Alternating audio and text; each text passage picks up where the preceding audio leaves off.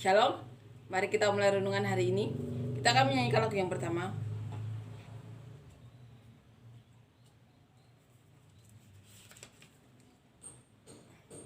Kini saatnya berdiri di altarmu, sebab Allah Maha Kudus hadir di sini.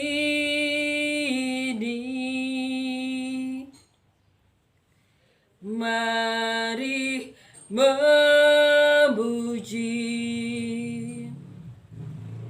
angkat tangan menyembah,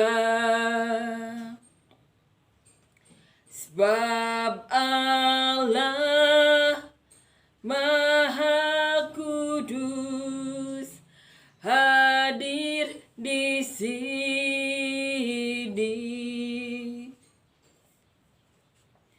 Kami masuk tahta suci-Mu bersama para malaikat menyembah.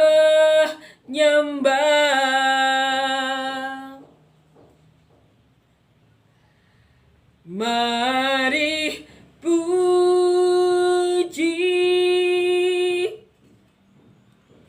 Yesusku,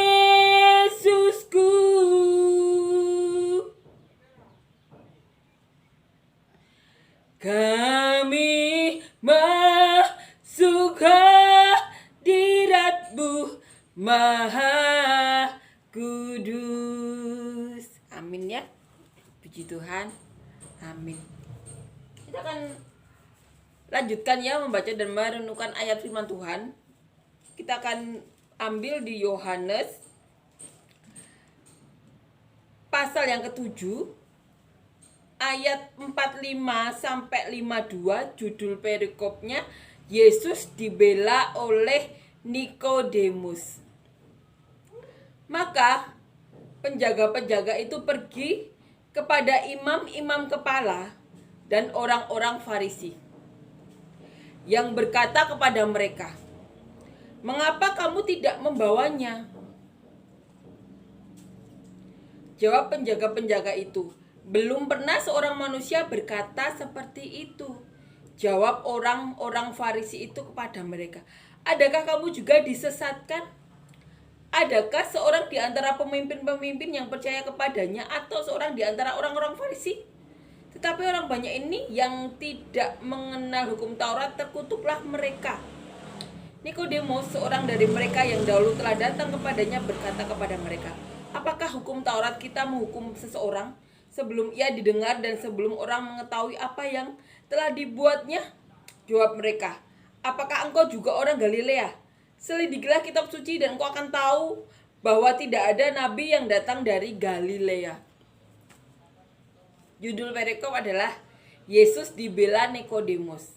Nikodemus adalah salah satu orang-orang Farisi ahli-ahli Taurat yang memimpin bait Allah juga, yang pernah menemui Tuhan Yesus, yang pernah bertukar pikiran kepada Tuhan Yesus, yang pernah berkata bahwa seseorang yang bisa melakukan mujizat-mujizat seperti itu tidak mungkin kalau tidak disertai oleh Allah.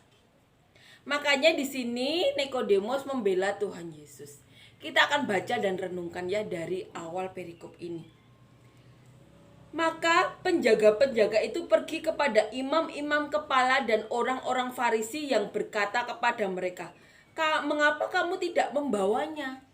Jadi waktu itu kan penjaga-penjaga bait Allah yang mendengar Tuhan Yesus berkhotbah, di mana Tuhan Yesus secara diam-diam pergi ke Yudea di acara pondok daun ya, di mana sebelumnya saudara-saudara Tuhan Yesus juga menyuruh Tuhan Yesus untuk ke Yudea, padahal saudara-saudara Tuhan Yesus atau orang-orang saat itu tahu Tuhan Yesus itu mau dibunuh.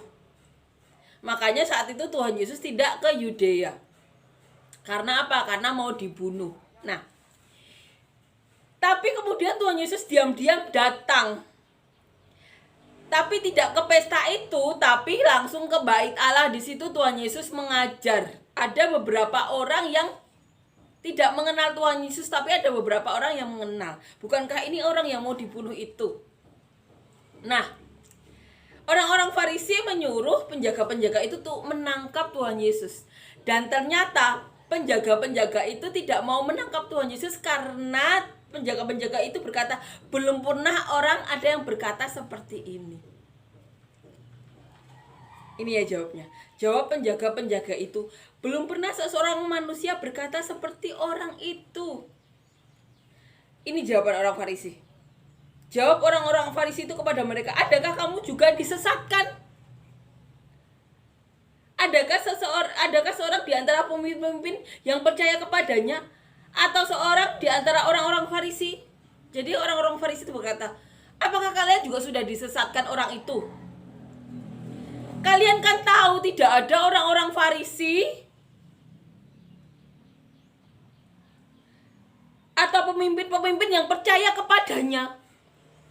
Kalau bahasa kita seperti itu, kenapa kamu percaya kepada Yesus? Apakah kalian sudah disesatkan? Kalian kan tahu pemimpin-pemimpin kalian itu tidak ada yang percaya kepada dia. Mengapa kalian percaya? Kalau bahasa kita seperti ini. Apakah kalian sudah disesatkan? Kenapa kamu lebih percaya dia daripada pemimpin kamu? Apakah kalian sudah disesatkan? Seperti itu ya.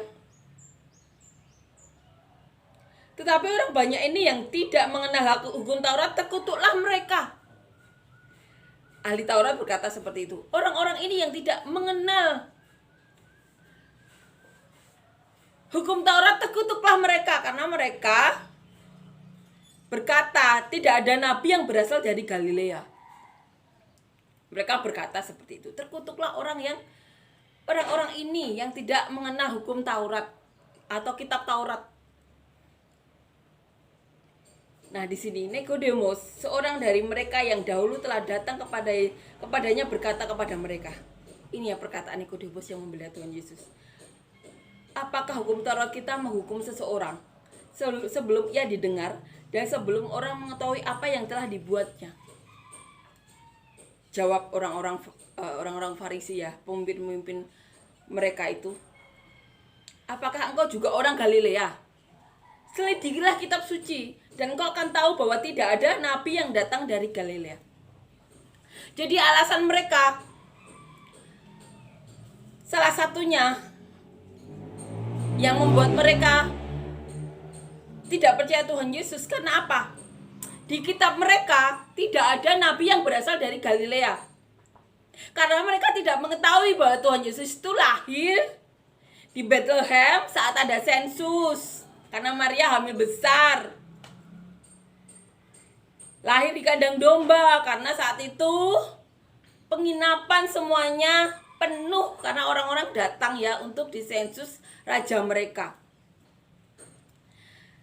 Orang-orang Farisi, ahli-ahli Taurat ini tidak tahu kalau Tuhan Yesus berasal dari Bethlehem, karena dikatakan di kitab Taurat ya bahwa Mesias itu adalah keturunan dari Daud, lahir di Bethlehem. Mereka tidak tahu kalau Tuhan Yesus lahir di Bethlehem. Nah, dari percakapan ini kita tahu ya bahwa dasar mereka tidak percaya Tuhan Yesus adalah Mesias atau Nabi, karena di kitab Taurat tidak pernah dikatakan bahwa Nabi berasal dari Galilea. Karena mereka tidak tahu bahwa Tuhan Yesus lahir di Bethlehem. Di sini orang-orang Farisi itu mengatakan kepada penjaga-penjaga itu, apakah kalian juga sudah tersesat? Kalian kan tahu pemimpin-pemimpin Farisi, ahli-ahli Taurat itu tidak ada yang percaya kepadanya. Kenapa kalian percaya? Itu ya. Amin ya, ini benar-benar menguatkan kita. Bahwa orang-orang Farisi, ahli-ahli Taurat saat itu benar-benar tidak ada kasih akan Allah. Nikodemus ya, yang sudah dilembutkan, bahkan sudah menemui Tuhan Yesus dan mengakui bahwa tidak ada orang-orang yang bisa melakukan mujizat seperti ini kalau dia tidak disertai Allah. Nikodemus sudah mengakui. Dan kita percaya ya, itu bukan suatu kebetulan, tapi karena dia sudah dilembutkan hatinya. Ada kasih akan Allah.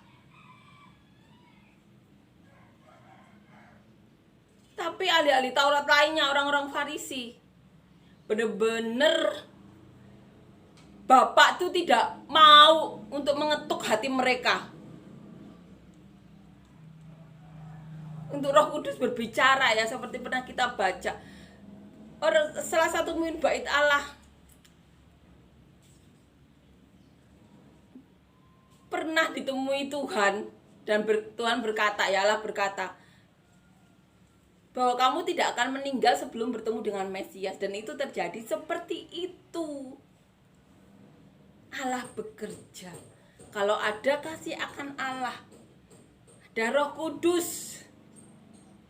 Dan setelah Tuhan Yesus lahir, percaya akan Yesus, Tuhan Yesus, maka mengalir roh-roh hidup.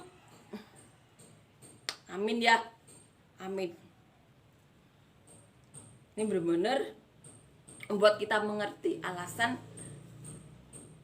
orang-orang Farisi itu tidak percaya Tuhan Yesus.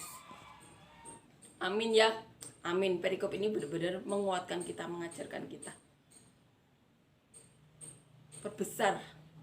Kita belajar dan belajar terus untuk memperbesar kasih akan Allah di hati kita. Agar apa? Roh Kudus menyentuh hati kita. Agar kita tidak melakukan hal-hal seperti yang dilakukan orang-orang Farisi tersebut, ahli-ahli Taurat yang mengerti kitab Taurat. Tapi Roh Kudus tidak berbicara di hati mereka, padahal Mesias itu yang mereka ajak berdebat setiap saat itu adalah Tuhan mereka. Tapi karena Roh Kudus tidak berbicara di hati mereka, mereka malah mengisi waktu mereka saat bertemu dengan Tuhan Yesus dengan berdebat, dan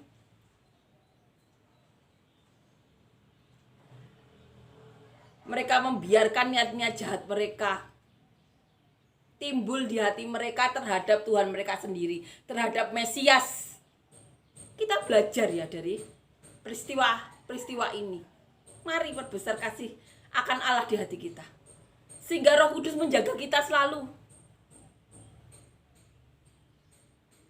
Amin ya. Amin. Kita akan nyanyikan lagu yang kedua.